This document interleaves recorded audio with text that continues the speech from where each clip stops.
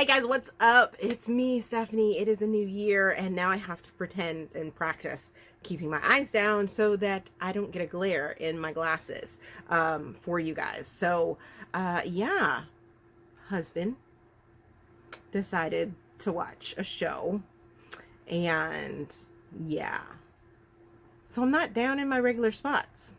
But this is becoming a regular spot, isn't it, guys? Like, seriously. So this is week 1. I started my new journal. This is my new journal. Pretty color. And things like that. We have more videos coming up about this and, you know, how I set it up and things like that. I hope you guys will watch that. You'll get first access to them before they go to the regular mainstream YouTube channel. So be on the lookout for that if you're interested in how I keep my journals for my books and my reviews and things like that. But last week was kind of hectic, I guess you could say. Kiddo was supposed to go back to school, but there was a snowstorm on Monday during the day, so he had already had Monday off, but then the snowstorm ended up being hella horrible. Oh my goodness, so bad.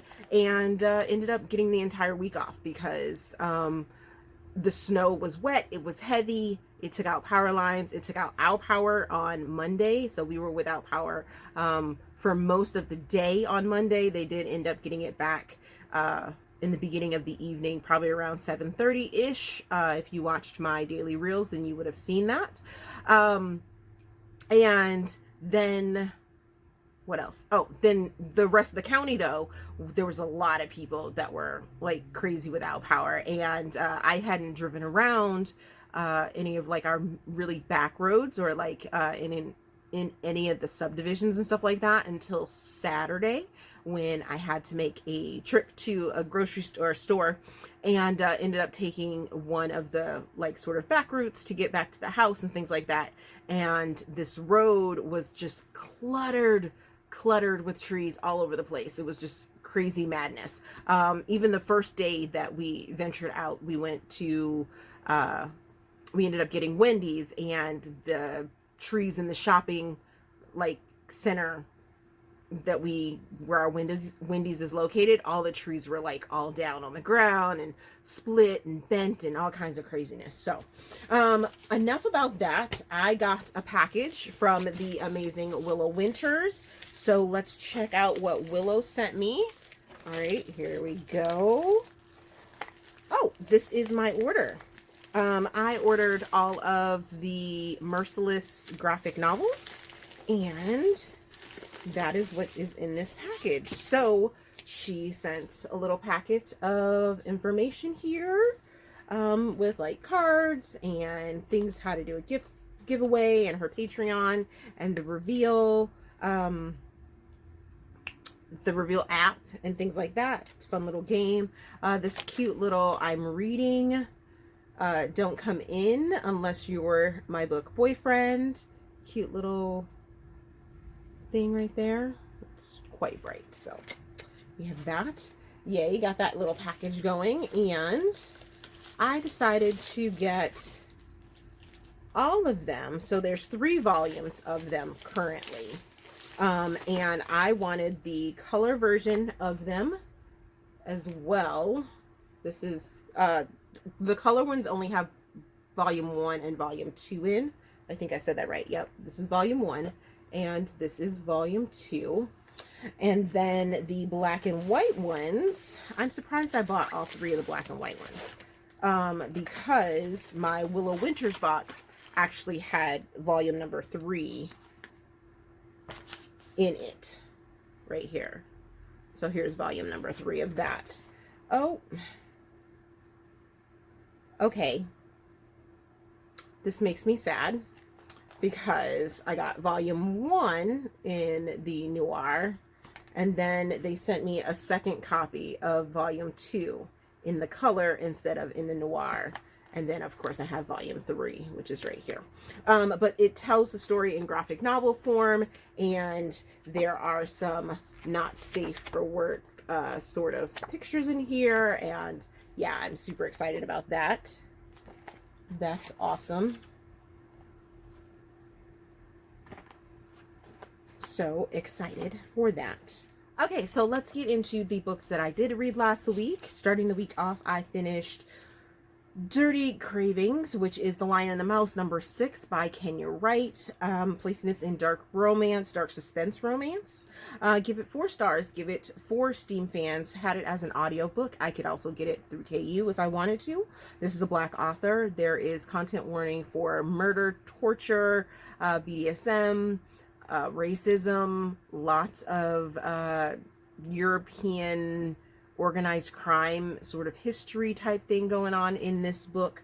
So we're still following Kaz and M, and if you have been following the series, which you need to understand and really grasp the story behind this section of it, is, you know, we know that Kaz and Emily are pregnant, and they went to Italy for a sort of baby moon type thing going on there, and Baba went, and she's having these visions. There is lots of talk with the new organized crime sort of families that they have to interact with, and the possible war that's coming.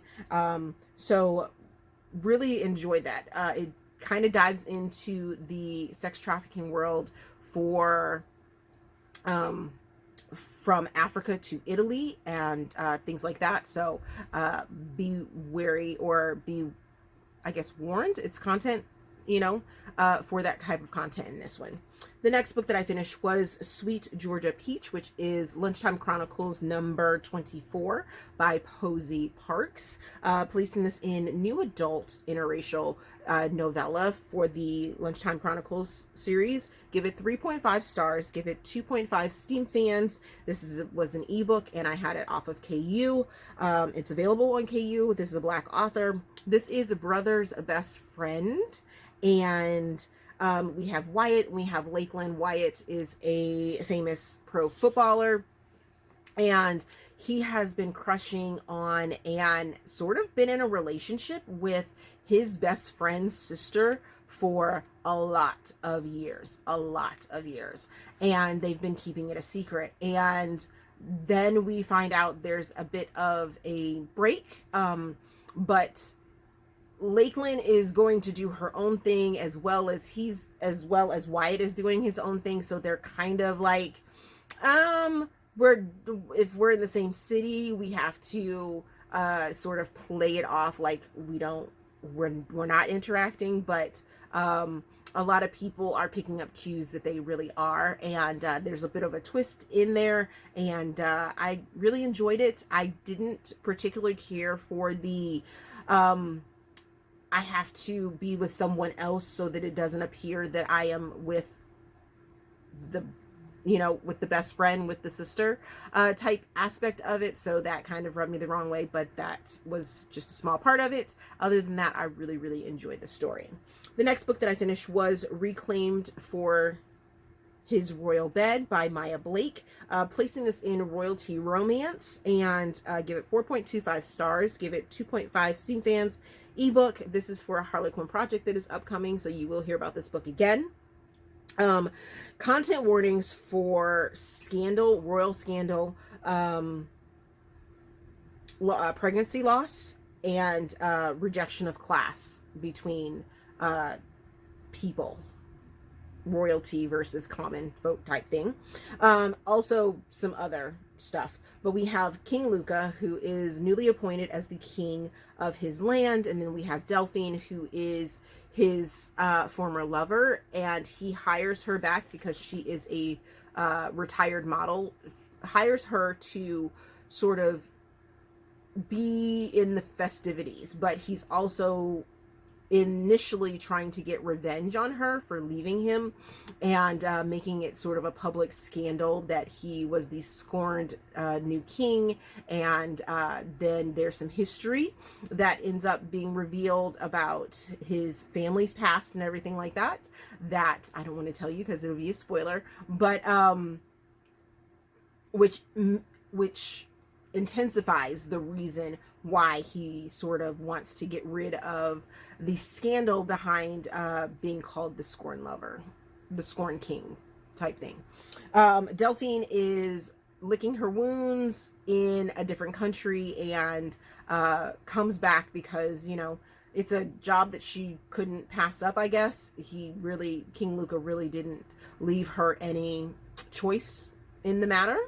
So it's sort of a forced proximity. He kind of holds something that she wants over her head to make her do something that he wants. So there is that aspect of it. I liked the way that the onion was peeled back for their story and getting down to why they did the things they initially did in the first place. The next book that I finished was The Secret Sauce, which was Lunchtime Chronicles number 25 by Sonja B. Placing this in contemporary / new adult because there is some flashback parts of it that felt somewhat new adult-ish. And giving it 4.25 stars, giving it 2.5 Steam fans. Had this as an ebook through KU, Black author. There is content warning for pregnancy loss in this one.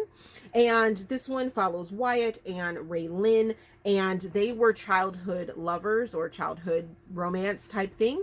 And then something ends up happening where Wyatt tells Ray Lynn that he doesn't want to be with her. She ends up going off to college and stays away from home, which is a small town, for 6 years, I believe it was. And then finally her grandmother has had enough and is like, girl, you need to come back home. I'm dying.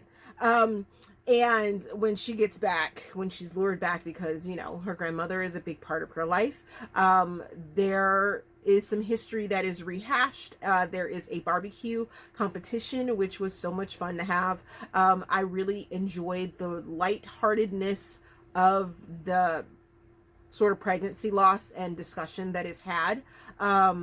It's a serious topic, but it wasn't made heavy within this novella, because that is exactly what it is. It's a novella, and it hit the point perfectly, I think, to not make this novella too heavy in the subject matter. So there's that. The next book that I finished was Perfect Hate by, this is Mason Creek number 13, and this is by Fabiola Francisco, placing this in contemporary. It's a small town romance. Give it 4.25 stars, give it 2.5 Steam fans. Had this as an ARC. It was recently released this week, so go check it out. This is another amazing hate to lovers. This one is true hate to lovers story, where we have Joy, who is the town baker, and she has a small business. She's getting up and going, but then something ends up happening within the bakery. She has to go to the bank and take out a loan from this person that pretty much ripped her heart out and wrecked her for quite some time. And we have Braden, who is the CEO of the bank. It's a family bank, and he is trying to deal with his family, trying to sort of prove to them that, you know, he is worthy of his family's legacy, even though his father continues to have this little naggy gnat in his ear throughout the process and everything like that. The two of them finally talk about their sort of miscommunication, I guess you could say, that they had when they were childhood lovers, and work it out. And I loved the fact that Fabiola didn't use a third act breakup as the sort of third act issue that came about. It was something completely different, and I liked that our two main characters, Joy and Braden, ended up standing together through that third act issue that came through. Then the final book that I finished last week was Jolly Rancher, which is Lunchtime Chronicles number 26 by S. London, placing this in contemporary. This is a cowboy romance interracial relationship novella. Give it 4.25 stars. Give it 4.25 Steam fans. Had it as an ebook through KU, and this is a Black author. Loved this one. There is an amnesia trope used in this, and I was here for it. I started off laughing throughout this book. We have Diesel and we have Amanda. Messy Mandy Amanda. Yes, we finally get Messy Mandy's story, and I loved every single moment of it. She is actually a real estate agent, and Diesel is this cowboy here in Virginia, in the country of Virginia, like the countryside of Virginia, because you have city Virginia and then you have country Virginia. And Diesel has inherited this ranch in the countryside of Virginia, and gets Mandy to come down from Baltimore in Maryland to look at the property. And when they are on their trip, they end up getting into a bit of an accident. Diesel ends up slipping and falling and bumping his head, has a bit of amnesia, and when he wakes, he thinks that he is with Amanda, and they're hot and heavy. They were hot and heavy, not really hot and heavy. She was rejecting him, but he was like, nah, I'm gonna make her mine. I'm gonna make her mine from the jump. So before he had amnesia, he was like, I'm gonna make her mine. And then when he got amnesia, he was like, you're already mine. What are you talking about? What? Hello? Why are you trying to reject me? This isn't happening. And the sexy time between the two of them is just off the charts. Off the charts. Off the charts. I think one maybe two more scenes, and I would have had to like definitely bump this up to a 4.5 Steam fan level. But as of right now, it was just a 4. It definitely had me like, whew, getting out the fan. Not to the level of the Bob, but definitely getting out the fan for this one. So what am I currently reading? I am currently reading The Perfect Fake Date by Naima Simone. I'm reading Cursed Heart by Lorraine. I got an art copy of Green Envy from Aleatha Romig, and I got an art copy of Put Me in Detention by Meghan Quinn. So those are the books that I will be concentrating on, plus a whole bunch more, I'm sure. I'll probably mix in the rest of the Lunchtime Chronicles that I need to get through. I think I have maybe 5 or 6 more throughout the week. Just if the novels seem to start to like get me down, I'll pop in a novella and do that. Thank you guys for watching and hanging with me. I can't wait to give you guys the content that I have planned for this, for this month and then this year, and things that I have going on. So thanks for sticking with me, and I will see you guys in another video.